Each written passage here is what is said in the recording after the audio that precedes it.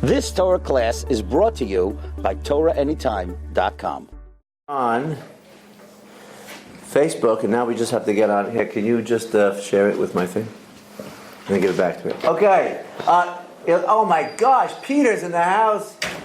And Give them everything. I cannot believe. Okay, we just put the camera on. So you gotta sit down. No shaking hands now. No shaking hands. Yaakov, let's go. Yeah. Okay, turn it off. We gotta start again. Shut it down. Oh, this is on? Yeah. Okay, we gotta start. Where did we just put it on? All of a sudden the crowd's coming. Okay, I'd like to thank Eddie for coming, even though it's Game 5 of Cleveland series. But Eddie actually believes that if he comes, Cleveland's gonna win. No way. You want Cleveland to win or lose? No. Okay. So this class should be a schus for LeBron James. Come on. Sponsored by Eddie, that LeBron should win in this honor that Eddie came and missed the first, second, and third quarter. It's the first time he came? And lose again. No, he's been here, but he's never been here on a Game 5. And Hashem, if you make LeBron win, then he'll be here. Eddie will come back to learn Torah in Game 7 also. So please let it happen. We'd like to thank our anonymous sponsor, Alex. I'm not going to tell you his last name. That's sponsoring it. And what is he sponsored for? That all you guys should have success in everything. That's what he said. Okay. That's a good question. They just called me and they said that there's a problem. But give Peter some chicken. Are we still going? Okay. I'm sorry, everybody that's watching, that you just got 1 minute of hearing about LeBron and sushi and chicken. Now we're getting real time. Okay. LeBron, Okay, you got to settle down. He was Okay, they're going to cut this off Torah anytime because this was too much. Okay, let's go. Let's go. Quickly. Okay, here we go. So this week's Parsha is Parsha Naso. I hope you guys had an amazing Shavuos. Yes. And I hope you guys receive the Torah in a way that is going to carry you the entire year. And before we start, there is something that is going on these days that the guys keep emailing me at least once a day. So we're just going to get it out of the way, okay? And that is I'm going to play it for you right now. And this is what's going on. Now, whoever's watching this in 2 years from now, what's today's date? May 23rd. May 23rd, 2018. So if you're watching this in a year from now, next year's Parsha Naso, you'll have no idea what's going on. But whoever's living in today's day and age has heard this in the last 2 weeks. It goes like this. Like this. Laurel. You heard that? Laurel. Now, what do you hear when you hear that? I'll play that again. What do you hear? Laurel. Yanni. Laurel. You hear Yanni. Raise your hand. Raise your hand if you hear... I hear Yuri. There we go. Shh. Laurel. Yanni. Raise your hand if you hear Laurel. Raise your hand if you hear Yanni. Yanni. Raise your hand if you hear Laurel. I hear something in Nobody. Yanni. I'm the only guy to hear Laurel? It's Laurel and Yanni. Actually, Yeah. Laurel and Yanni? What is it? Is it One more like time. the black and gold dress again? No, yeah. Here we go. One more time. What do you hear? Laurel. Laurel. Yanni. No, Laurel. Laurel. You don't hear Laurel anymore? Yuri. Yeri is not part of one of the choices. You can't choose Yeri. Either Laurel or Yanni.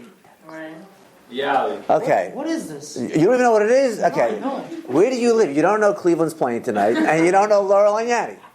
Everybody knows what's going on, right? You're the only guy. I'm very proud. That means you're in base measure all day. Yeah, I'm a big medicine all day. Okay. Somehow we are going to tie Laurel and Yanni into this week's into Shavuos and this week's Parsha. all right. And what's going on in Israel with their attacking our border. Okay, we're going to try to tie it all in. We like to keep current events and the Parsha going. But first, we're going to read the Parsha, okay? Eddie, 7:54. So this is what it says. This is an incredible Parsha and Parsha Naso, and it goes like this. It says like this: any man whose wife shall go astray and commit treachery against him. Okay? Of course, Rashi, what does that mean? She went astray. It means that the husband started getting jealous because he's watching his wife speak to a certain man. Let's call him whatever, Boris. Bill Clinton. And like Boris is better, and it's constantly happened. And sure enough, one day he says to his wife, "You know what? Enough is enough. I see you hanging out with Boris all the time, and I'm not happy. And I'm warning you to ever see you with this man again. Okay, give her a warning. It's over." So what happened? Sure enough, on number 13, it says that one day something happened. She became secluded with another man, and she could have been defiled, but there were no witnesses against her, and she had not been forced. Okay? So what happens over here? You have a guy, he sees his wife constantly hanging out with another man, always talking to him, and he's getting a little jealous, as the number 14 says, and the spirit of jealousy had passed over him, and he had warned his wife. And she had, and we don't know if she has become defiled or not. So what's the situation? Very simple. He warns her. He tells her, "I don't want it. By the way, do not do this today. Do not warn your wife today, ever. This is a halacha. I'll tell you why after we get to the end of this parsha." And sure enough, in front of witnesses, he warns, "I don't want to ever see you with Boris again." And then all of a sudden, two witnesses are walking down the street, and they see him and his wife go into a private room, and doors closed, and there are no windows, and they have no idea what just happened. No idea. So they go over to the husband, and they say, "Listen, I don't know how to break this to you. I don't want to really bring up any problems, but we were there when you warned her, and I see you are accusing her that she's not acting in faith. We just saw your wife walk in to a secluded room with Boris, but we have no idea what happened. All we know is that they were secluded." And that's all they say. So what does the guy do? Now the guy, once she's warned, she's forbidden to him now. You can imagine she is forbidden until it is revealed exactly what happened. And that's the laws of Sotah. She now becomes a Sotah, which means the husband approaches her and said, "What happened?" "Oh, no, nothing happened." "Okay, we don't know what happened. So what are you going to do? We are going to bring you at that time to the Beis HaMikdash. We are going to bring you to the temple. And at the temple, it's going to be decided if you committed adultery or not." This was a miracle upon miracle test. So the pasuk says at 15, we'll read it together. Before we get into the whole sugya, I would like to go together inside. It's very important.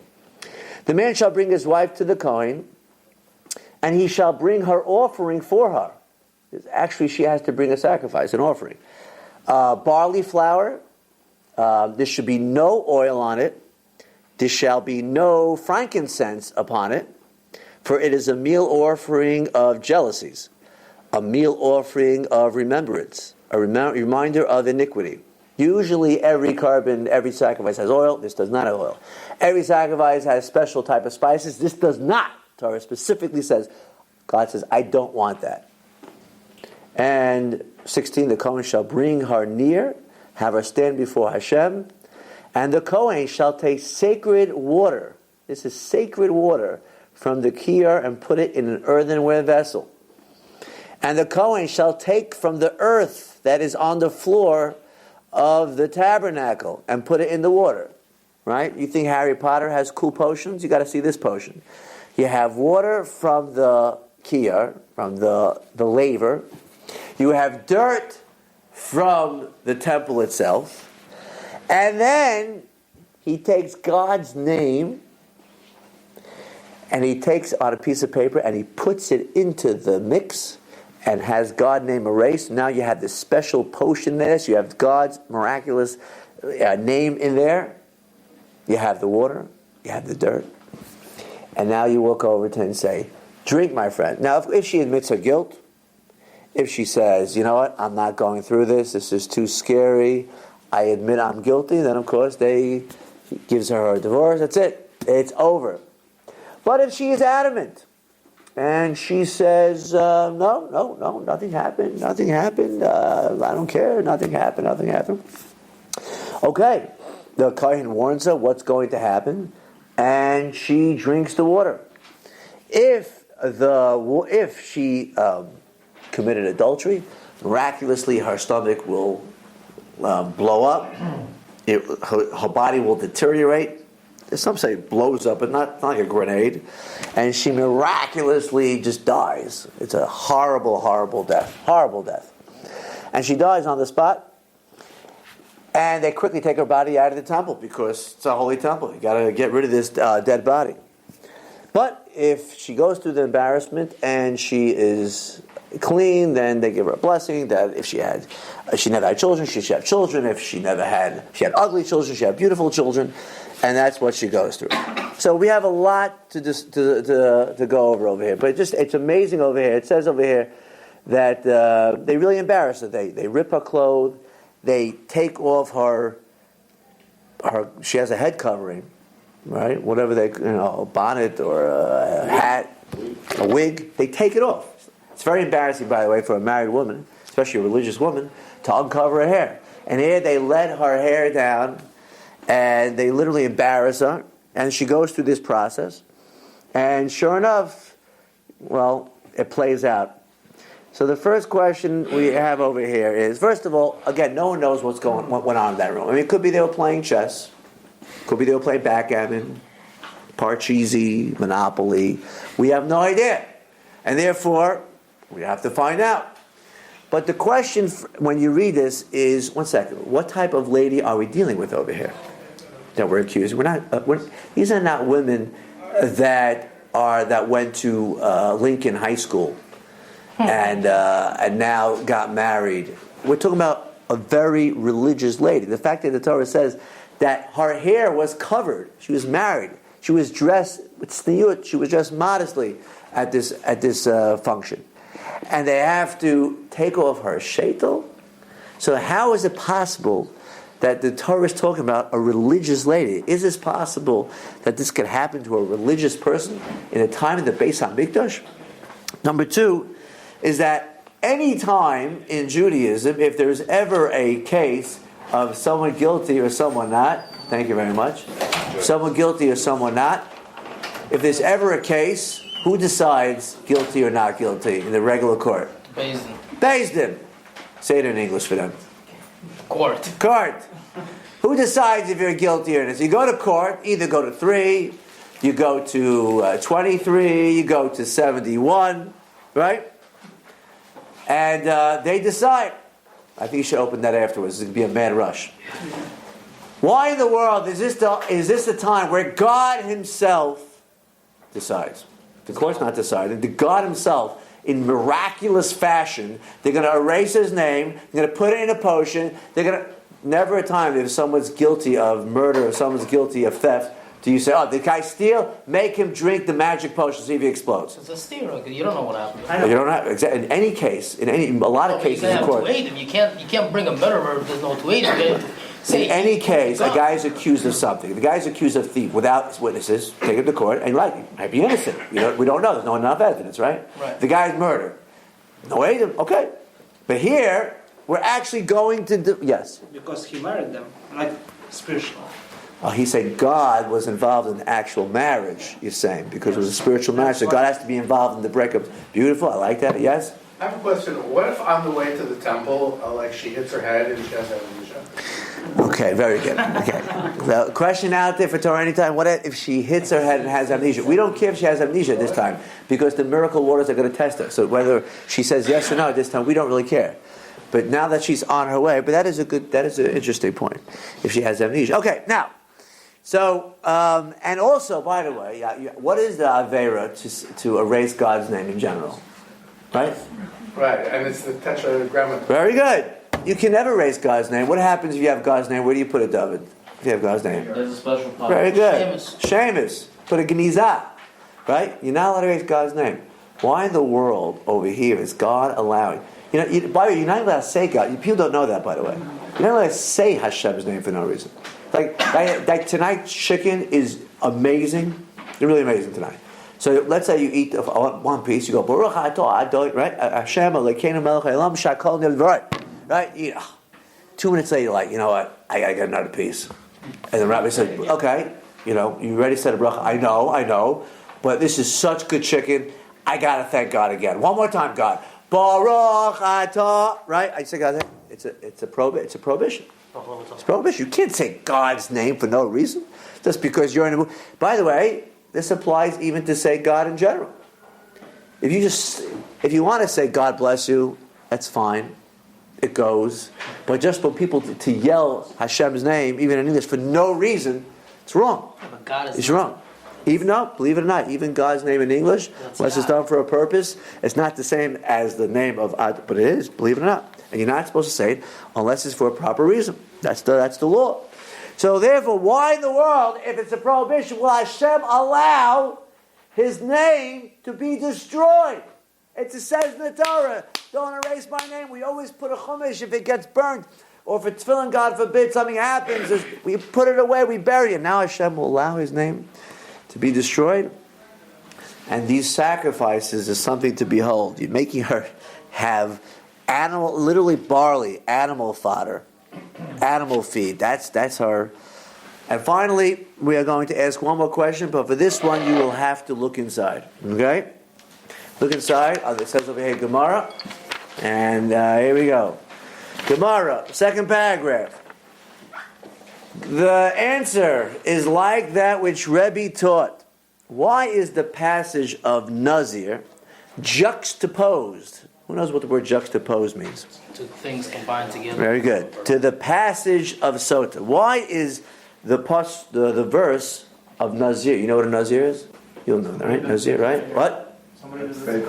Right. If someone decides to limit his pleasure in life, if someone decides that he doesn't want to take of all the physical pleasures in the world, he becomes nazir. He abstains from certain pleasures. He lets his hair grow. He doesn't drink wine. For a month, right? For 1 month. Not even any subsidiary, no even grape seeds, nothing. He shuts himself down. That is the laws of nazir. And the Gemara wants to know, why is the verse of nazir, of the guy abstaining, written right next to the verse of Sotah, of someone committing or accused of adultery? What does the Gemara say? To tell you that anyone who sees a Sotah in her state of disgrace, which means when the Sotah was put up on trial, hundreds of people saw, maybe thousands, and they saw what this woman went through, this accusation, this embarrassment. And they saw what happens when you get a little loose.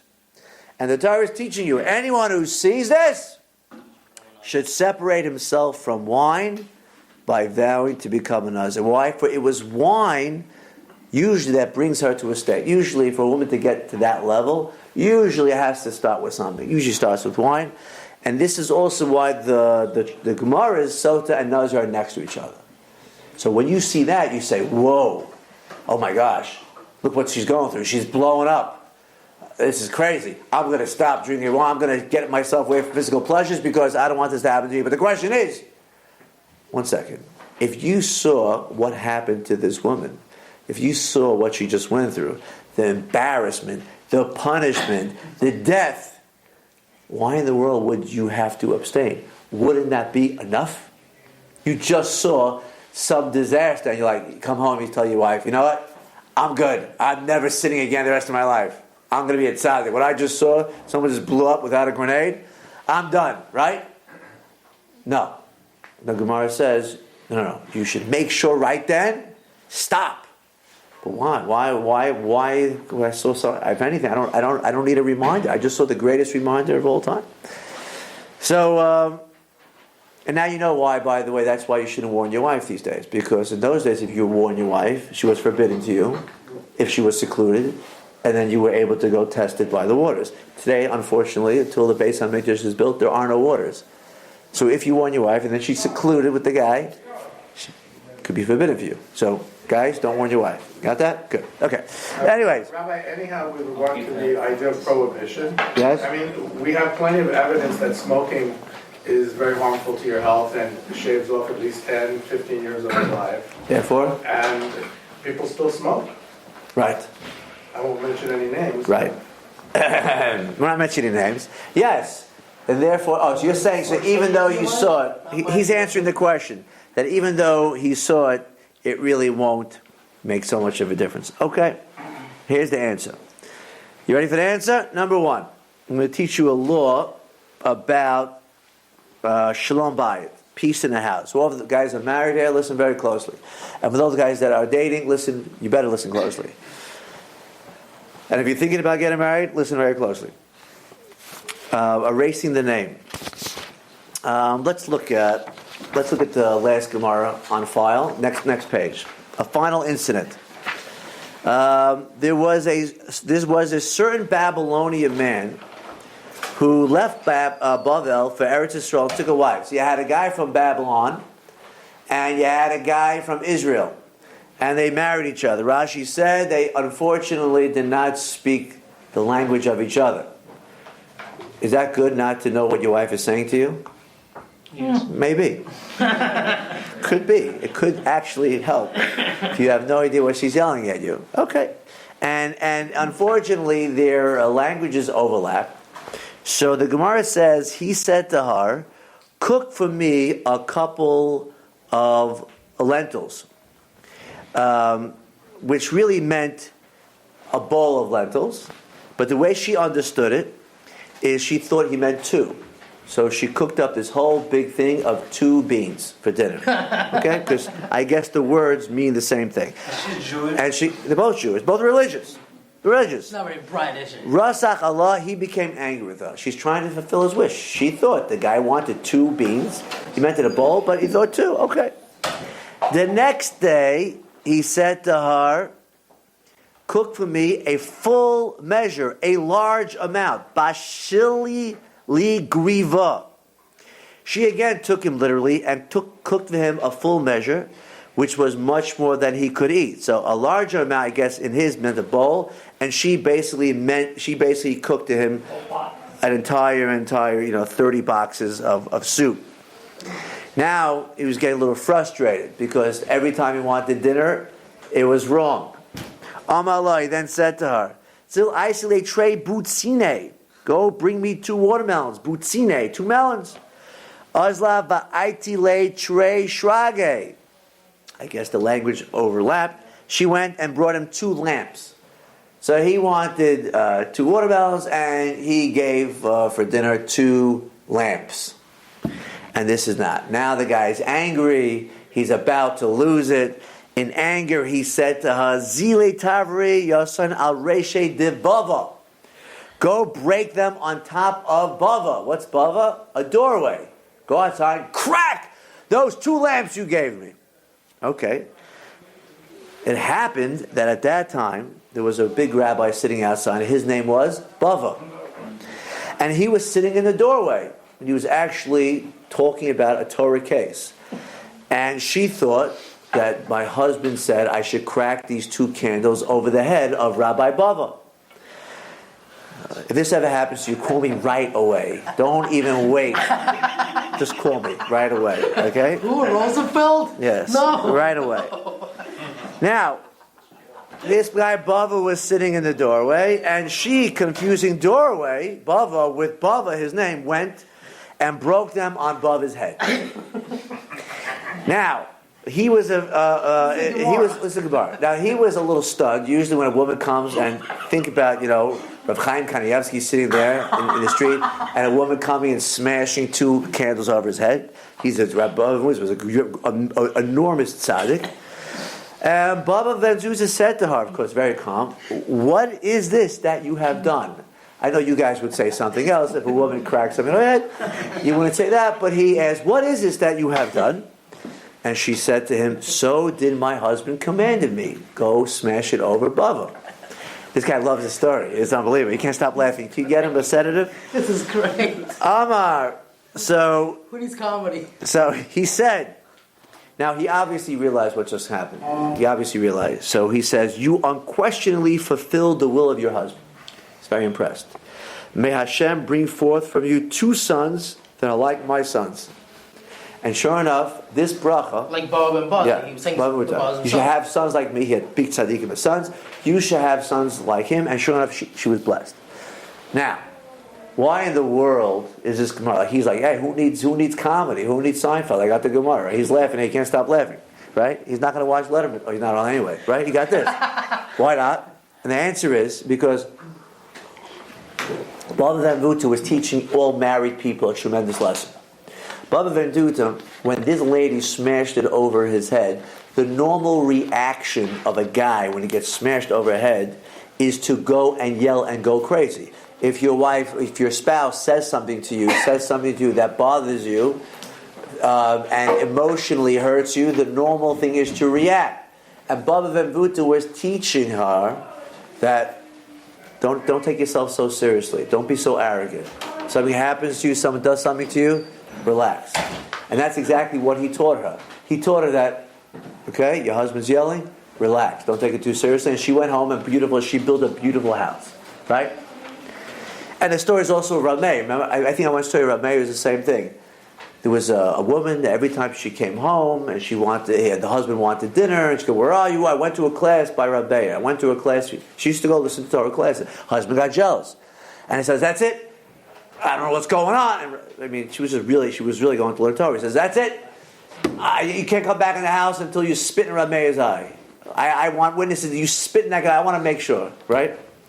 He got wind that this happened, and the next time he saw her walking into class, all of a sudden he's like, "Oh my gosh! Oh, there's something in my eye! Oh my gosh! It's like, help me, somebody!" And he said, "Rabbi, what should we do? I think the best thing is to spit in my eye. Can someone spit in my eye?" And she's like, "Oh my gosh, this is a great opportunity." She comes running over. Yes, he has spit in it 7 times. Okay, great. He spits in it 7 times. Okay. Oh, thank you so much. Thank you. Woo. By the way, I'm not such a nice guy. I will never do that. If this ever happens to you, I'm not bailing you out like that. Sorry. Don't bother coming to me. It's not happening. I'm not such a tzaddik. But he did. And he said, oh, by the way, if your husband ever asks you, tell her, you spit in my eye 7 times. Make him feel it 7 times. Right? And sure enough, it made shalom bayit. It made peace in the house. Hashem is teaching you a lesson. That the most important thing is to have peace in a home. And God is teaching you. God is saying, I am willing to erase my name, something that's a prohibition. In the Torah, if it's going to bring peace between husband and wife, if this husband's going to walk away and feel the wife is true, erase my name. And when a person sees Hashem's name being erased for peace, then anybody could look in the mirror and say, one second, Hashem is willing to have his name stepped on for peace, then for sure me, if my spouse says something to me or acts a certain way, I should get upset. She stepped on my honor. Is my honor any greater than God's? And God is willing to forgo his honor? And then all of a sudden you say, if God's willing to forgo his honor, I am definitely willing to forgo my honor. And by the way, the reason why she brings these sacrifices, it's very important. Usually in America, when you get punished in court, the punishment usually never fits the crime. Like, all right, you stole 2 years in jail. Why 2? Why not 1? Why not 6 months? Why not 5? You murdered 11 years. Why not 1 year? Why not 30 years? Why not 50 years? Right? They randomly give numbers based on the jury. But Hashem gives you a punishment. It's always a lesson. If God forbid anything ever happens to you in life, you should always think, why is this happening? Because God doesn't just randomly hurt you. If something is happening to you in life, always say to yourself, that's a message. And it usually corresponds to what you did. If you could think hard enough, sometimes it's very difficult, but usually it actually could correspond what you did. When she sees that she is bringing a sacrifice of animal feed, and she looks at it, and she goes, you know what? I act like an animal. Here I am. I'm supposed to be faithful, and my husband warns me, and I'm still acting this way. I'm acting like an animal, and she sees that. Hashem says, I don't want any spices, and I don't want any oil. You should know who you are. And therefore she takes it, and she realizes what she did wrong, and she did wrong. And I heard an example for the next 2 more answers, then we're already out of here. You're lucky. Oh, by the way, don't forget Yanni and Laurel at the end. Can't answer that question. We asked the question of why put her through this process if she never did anything wrong? At the end of the day, she might not have done anything. We're going through this crazy process of putting her through the ringer when at the end of the day, she could have been playing Monopoly. She could have been playing Parcheesi, as we said. She could have been playing chess. And yet, why does she have to go through this whole thing if something might have happened? And Rabbi Kaplan gives an example of a Rosh Yeshiva calling his student into his office and says, "You're out of yeshiva." "What?" "I heard something about you." "What did you hear?" "I heard that last night at a wedding you jumped into the women's section and was dancing with all the girls doing the tango. I want you out." The religious guy. He's like, "What? No, there's no tango." He's like, "What? But you're admitting it might be true? You just denying it." In other words, it was the problem the Rosh Yeshiva had is that they actually say this about you. Forget about maybe you were doing it, maybe you weren't touching her. Why should they even be mentioning this about you? Why are you even in that conversation? Certain people are off limits. They won't even bring it up. It would be like stupidity. Yeah, I saw this rabbi. It doesn't make any sense. The fact that they're bringing it up even, and that you're like, what? That's already bad enough. Why are they even questioning you? Your behavior should be crystal clean. That was the problem with this woman. The problem with her is that her behavior was called into question. God said, yeah, maybe yes, maybe no. But why in the world should you get to the point where people have to accuse you? As a Jew, you're supposed to walk around. You represent the Jewish people. You're supposed to be a princess. A man is supposed to be a prince. And now people are saying, well, maybe yes, maybe no. It shouldn't even get to that point. The fact that a Jewish person puts himself in a situation where people are talking about him and even questioning his behavior is itself a punishment. You shouldn't even get to that. And now we're going to answer the last question. How is it possible that a religious girl that covers her hair, that wears proper modest clothing, how is it possible that it could ever happen that she gets to this point? And our final answer is that no one ever starts off life sinning. No one ever does a bad thing the first day it comes upon him. It never happens. In fact, the Yetzer Hara will always... I was once driving down near the school, actually, and a little rock hit my window, front window. It was a little tiny, tiny crack, right smack in the middle of my windshield. And amazingly, a week later, it was 3 inches, and 3 weeks later, it was 7. And I wanted to give back the car with a nice windshield, but over the next few weeks, it spread so quickly. Now, the next time this happened to me, the second it happened, there is actually a glass company, a mobile glass company, that actually comes to your car. They will actually come to your car and they will fix your glass on the spot. Either they'll put in an entire new glass or they'll fix that crack. They actually glued the crack right when it happened. It never spread. There's actually a glue. First time I didn't know that, it spread before I knew the entire windshield had to be changed. That's what the Yetzer Hara does. Yetzer Hara will not ask you to do something that is out of your range. For instance, he will not ask you to eat non-kosher food if your whole life you ate kosher. It'd be ridiculous. You look at him like he's insane. He will not ask you to go into the women's section and just say, oh, take that girl and start dancing with the tango. Or what are you, nuts? I spoke to her, right? It's insane. But what the Yetzer Hara will try to do is always, everybody in this room, we're all judged based, as Rav Dessler called it, on your nekudat habechir, which means your own personal free choice in life. Everybody is judged according to their own free choice and how they're brought up. So therefore, right now I will not get any credit. For instance, if let's say someone leaves a ham sandwich on this desk over here right now, right? You all leave the room. It's not even going to enter my mind to eat a ham sandwich. It won't even enter my mind. That's not my... If I walk out, I have not elevated myself in any way. I'm not elevated myself because that's not even in my ballpark. Not even my ballpark. My ballpark might be that a guy walks out of the room and I have a good piece of Lashon Hara. I really got to tell you, he's walking out. I could say it might not be. That might be my ballpark. But if you left a gun over here and no one was around, I'm not going to say, well, maybe I should take it and, kill a couple of guys. It's not in my ballpark.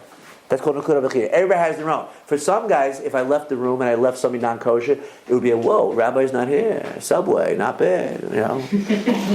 Should I? For some guys, that would, and if they don't do it, that is, they elevate themselves because that's within their in the ballpark of choice. Everybody has their own. If the HR says to this woman, I want you to commit adultery, it won't even be in her ballpark. It won't even enter her mind. She won't get any credit for just being a loyal husband, wife. But the HR might say to the girl, listen, you're such a religious girl. You do everything right. You follow the laws. Why do you have to be ultra-religious for? You have to be everything so ultra. Be a little, normal religious. Follow the Torah law. The Torah says you got to cover your knees, got to cover your elbows. Do that. But does it have to be simple black dress all the time? You could wear a little lighter color. It doesn't have to be totally black. Torah doesn't say you got to be black, right? And then she thinks, I'm following the laws. What's the big deal? I'll go to work tomorrow and I wear a little flashier, right? All of the laws. Okay. That's within her choice. And then for a month she's wearing flashier clothing. And then the HR said, listen, you look so good already. Want a little better? Why do you have to wear, simple shoes? Buy a nice pair of shoes, higher heels.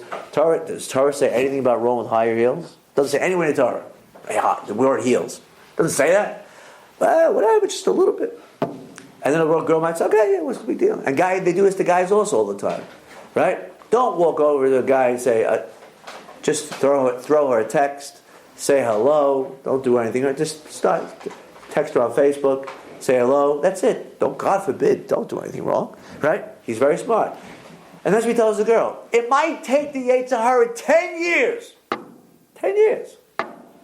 But over the course of 10 years, one thing leads to the next. It could be a religious girl, and it's an elbow. What's an elbow? It's just a knee. What's just the knee? What's the big deal? And it could be she's following everything. Girl's at a wedding, and then all of a sudden this happens. Girl's at a wedding, and she's speaking to the guy. The husband sees her talking to a guy. How are you? Of course, she's proper. How's it going? How's life? Good. How's your husband? Great. Okay. See you around. Great. And next wedding again, they're at the bar, they're getting a drink. Hey, long time no speak. What are you drinking? 21. What are you? My husband buys 21 all the time. Really? Yeah, he gets on sale. $75. Really? Where's it from? I don't know where it's from. You know what? I'll shoot you a text. I'll ask my husband. Okay, no problem. 2 days later, shoots a text. Oh, hi. Yes, it was this in this store. Oh, right, great. Thank you very much. And now all of a sudden, now they can text because they start. This all started, by the way, just said hello, and then another hello, and then a text, and then, you're coming by, maybe you could. It might take 5, 6, 7, I don't know how many years. But the Torah, once it's already planted, it keeps growing like that. Torah's talking to us, by the way. Torah's the more you learn Torah, the more you see how brilliant it is. Because in today's day and age, every time you learn Torah, everybody says, it's so outdated, it's archaic. It's so not up to date, and you see what went on this just past year with the sexual harassment. Every movie star, every newscaster, every senator, congressman, everybody losing their job. Everybody. Guys lost, Matt Laurel lost, a $25 million job? $25 million job? And the senator from Minnesota, out of his job, right? Get the credit. What? 30 years, it was good. Okay, you liked him, right? The liberal, you're happy you got rid of him? And the whole year, and all of a sudden they're like, whoa, men have to respect women. It's terrible the way they treat them. And there's a Me Too organization. How dare they, right? I don't understand. In Torah, we were always behind treating women with respect. In America, it's normal when you meet your friend's wife or someone, you give him a social hug. It's acceptable. Or a social kiss. That is acceptable. No one will throw you in jail for that. It's like normal. If someone saw his wife do that, be like, yeah, it's okay. And of course, we never do anything wrong, but that's okay, right?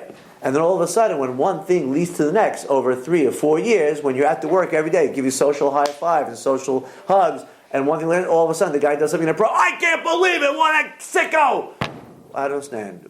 For 4 years, you had no problem, everything's going on. Now all of a sudden, what did you think was going to happen?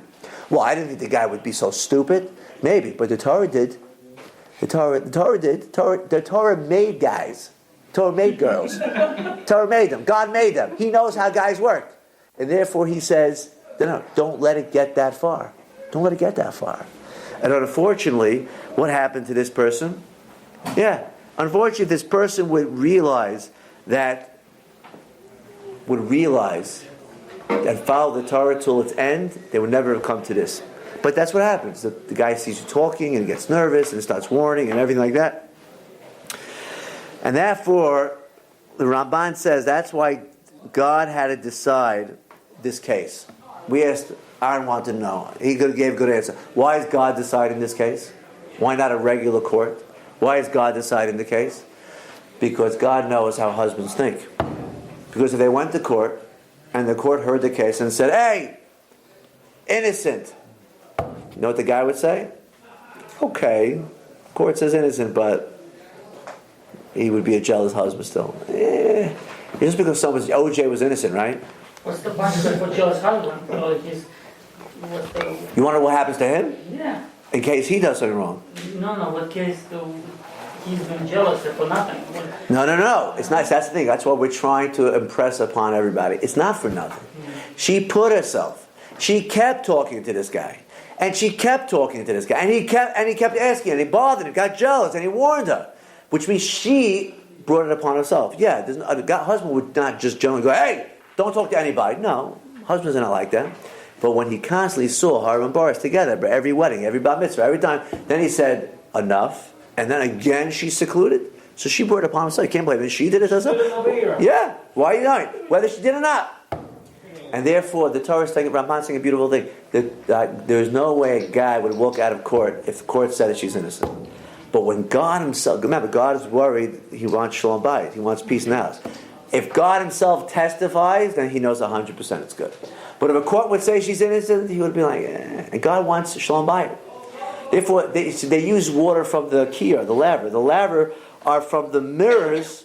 They made it from the mirrors that the Jewish women used in Egypt. When the Jewish women were in Egypt, the men said, we don't want to have any more children. We can't have any more children. People are dying. This is horrible. And the women said, what do you mean?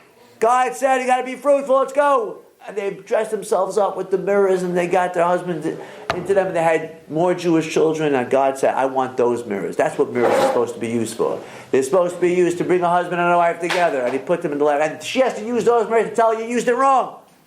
You used it wrong. You used beauty wrong. Yes, David. Why would any woman agree to this? You're right. Most women would just admit it. Yeah, just right. I don't see. Well, what's the upside of her agreeing to it? She would think that it's no way Might not work it won't work. There's a case also the Gemara says where twin sisters switched. Okay, you need to be twins for that. Right. Oh, you're saying what would a woman think that? Why? How in the world would she get away with it if she knows for sure? She knows she committed adultery. And she knows she's being tested. Why would she think she can get away with it? I don't know. The husband will see here such a degradation. He'll say, "Don't do it." No way. If he's going that far, he's going all the way. No, it's not true. At a certain point, she has to. Once she makes the swear, and they erase the name, then they make her do it. She has a chance until that time to back out. And now we're going to answer the question. The Gemara asked the question, and Yaakov was getting onto it. Why is this nazir and Sotah written right next to each other? We said it. Anybody that sees it, right, has to become a nazir. Well, what do you mean? You already saw her in a degradation. Why in the world? The answer is very simple. You know why he has to become a nazir? For that reason alone. Because he saw someone commit adultery. And why in the world would that cause a guy harm? The answer is because it planted a seed. Rabbi Vigdamil would always scream about TV for kids. He would say, even though it would be a regular, supposedly innocent show, but anytime a kid sees what goes on TV, it plants seeds that this is normal. For instance, today, I don't think there's a TV show today where you don't have the husband and the wife are two men. That's normal. Adultery is 100% normal. This guy with this girl, every soap opera, everybody's doing their own thing. And you're watching, okay, whatever, it doesn't apply to me. Just watching TV. No. The rabbis say every time you see it, it becomes more real. It's like it's not taboo anymore. It's real. Once something is normal in your life, and now it's subconsciously in your mind, then when the Avera comes your way, it is so much easier to do. If it was off the radar, you would right away be repulsed. But once something is normal, and I know myself, when I grew up, you heard about same-gender marriage, it would be disgusting. Oh my gosh. Today, when I hear about it, well, whatever. It's so regular, your mind just, again, it's normal. It's not normal. But when you hear something and see something constantly, it plants seeds and it becomes disgusting. And therefore God says, go check into a rehab right now. Check into nazir rehab, because you've been affected. What do you mean affected? I saw it blow up. Yes, but you saw it happen. And the fact that you see it happen now, you know it can happen. And once you know it can happen, then it can happen to you. There are subliminal messages now going through your mind that when it finally gets, you didn't realize it. It might take 10. You're watching on TV every day. You're watching this. You're watching that. You've seen people. You see your friends hang. And all of a sudden it gets to you over 20 years. So Mishnah says, check in, check out, go to rehab right away. Al tarba. When the picking up it says al tarba, do not speak a lot to women. What is talking about? Even your own wife, don't speak too much. And for sure, someone else's wife. Yeah. Don't speak too much. You want to talk? You can definitely talk to your wife. You don't have to talk all day. Talk to me. Call me. Not all day. Talk too much, you're going to get into too many problems. You're going to say something you regret. Talk, but don't talk all day. And for sure, your friend's wife. For sure. And you will say, oh, come on. You got to talk. You got to be socially correct. You got to say hello to everybody. Give everybody a high five. Torah says, I know you. God says, I know you. Trust me. I know God doesn't know what he's talking about. He's so outdated. You see, today, God knew exactly what he's talking about. The problems that are going on today, I can't even tell you. And therefore, okay. How am I going to tie this into Yanni? You ready for this? David, you listening? Okay, here we go. And I'll say this one more time. I try to tie this into every... listen closely. What do you hear? Laurel. What do you hear? Yanni. Laurel, right? I don't hear Laurel anymore. You hear Yanni? Yes. I don't It's unbelievable. So I asked, I was with someone, his name was Nathaniel over Yontif. I said, how can I tie this into Shavuos and my Parsha, Laurel and Yanni? It's going around. He says, oh, it's very simple. It says that God, when he gave the Torah, he said two words at one time. He said, Zachar v'shamar, when it came to Shabbat. He said, remember and observe the Shabbos. How is it possible to say two words at the same exact time? The people heard two words, but it emanated from one voice. It's impossible.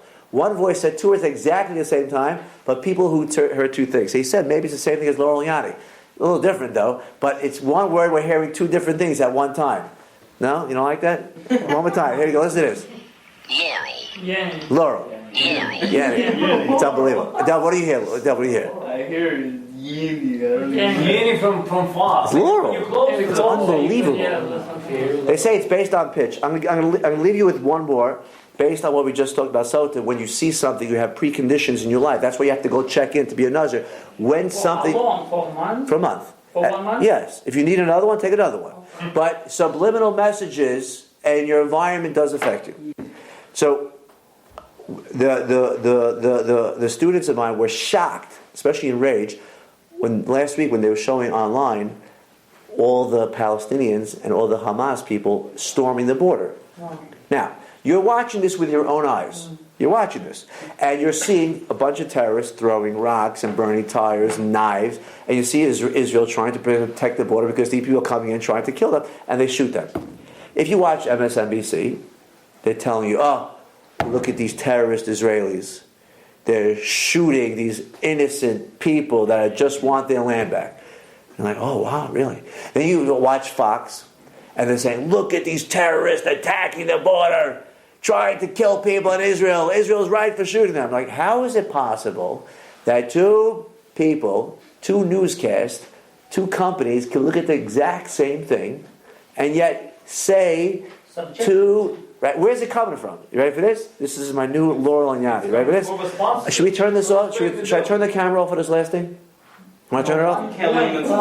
Should I leave, in case they're watching? Have different subjects. But the question is why? Why? It's what they want. Why? What they want. Why? Listen to this. This is a new one. This is the new Laurel and Yanni today. Ready for this? I'm going to leave on the camera for this, but I might take Torah. Is this what you post on Facebook today? No. Oh. I posted the Arab guy. Yeah. No. That was an Arab guy telling that Israel deserves a state. Okay. This is funny. That's not funny. Here we go. Listen to this. This is the new Laurel and Yanni. Listen closely. It'll blow your mind. I want you to listen very closely. Okay? I think I've worked out why you hear what you hear. Listen closely. What happens is, when you see it on Twitter, or you're told about it, your brain quickly decides which one you'd prefer to hear. Okay. So if someone says you'll either hear X or Y, your brain goes, switch. I'll hear X. And then you hear the audio, and that's what you hear. Laurel. Okay? Yeah. Laurel. I'm going to prove this. Listen closely. I'm going to play you some audio. Listen. You ready? Can you hear? Yeah, I'm nervous, but yeah, I'm ready. This is the power of the brain. Right. Peter, you can Here hear? it is. Shh. What did you hear? It's like white noise. Just total white noise. Yeah. Okay, creepy white noise. Creepy white noise, yeah? Have a do you listen hear? again. Listen. You can't work out what that is. No, there's something there, but you can't hear it because your brain doesn't know what it has to hear. Are you ready? What are you doing? I'm now going to play you what you're supposed to hear. Then I'm going to play you that original bit of audio again, and your brain will fill in the gaps. Okay? Okay. All right. This is what you're supposed to hear. The juice of lemons makes fine punch. Okay? Okay. You heard that? The juice of lemons make fine punch. I'm now going to play you the first piece of audio exactly as it was the first time, and your brain will fill in the gaps for you. Okay. This is the original piece of audio. Are you ready? Yeah.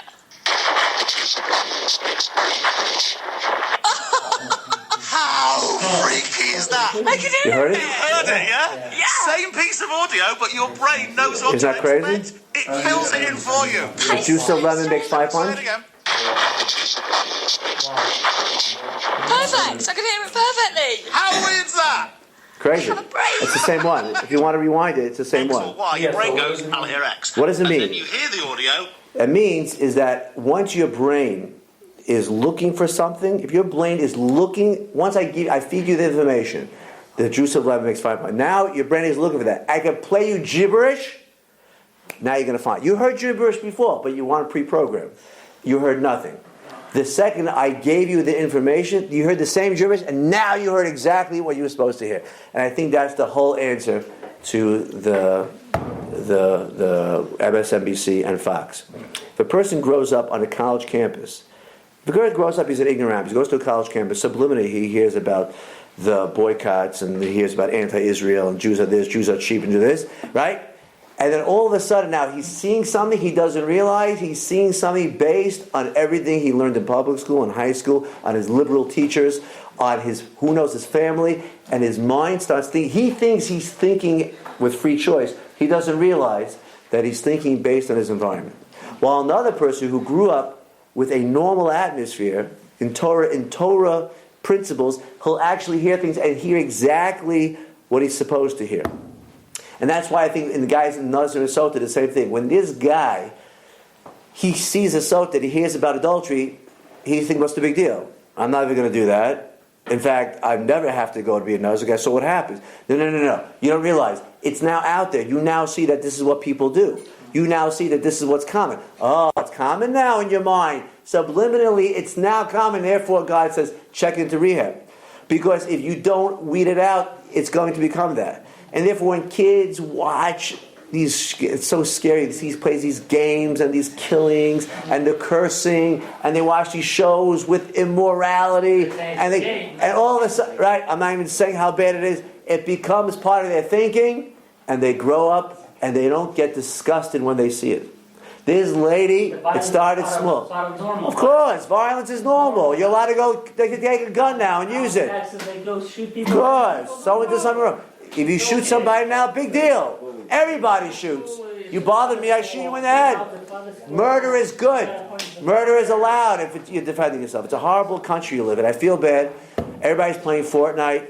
My guys are playing it on their phones. My guys playing these shooting games at home. And my students are addicted. They go around. They want to shoot everybody in the street already. They want to kill people. They want to kill everybody they see. And then they see girls dressed a certain way. Then the girls say, hey, that's the normal thing on TV. That I want to dress that way. No, that's not normal. Just because in the 1940s, they would have you thrown out of the house. Your parents saw you like that. In the 40s and the 50s and the 60s, your parents saw you dressed like that. They throw you out of the house. So why are you dressing like that? What do you mean? That's what everybody does. But you don't believe in modesty anymore? Of course I do. But because you see it all the time, that becomes the norm. Who decided? America decided. That's sick. America shouldn't decide what the norm is. hopefully this Sotah case, even though it sounds so far-fetched, but the lessons to be learned, you'll take it home with you. Thank you very much for coming, and thank you for listening. Time to daven Meyer, please. Thank you very much. Thank you very much. Are we still online over there? Okay, wait, let me just say one thing. Being that we're still on Torah Anytime, now on Facebook, Bilam said, how beautiful are your tents, Israel. Because the reason why our tents are so nice, everybody minds their own business. It doesn't face each other. We don't look into our neighbors. We don't hang out. It's extremely important. What brings blessing to a Jewish family is modesty. And the reason why Bilam was so impressed with the Jews is that they don't interact and the couples don't hang out like that. He was very impressed with that. And if we take that, I really think that will bring a lot of blessing to the Jewish people. Thank you very much. Now you can close that up on that. Thank you very much. You've just experienced another Torah class brought to you by TorahAnytime.com.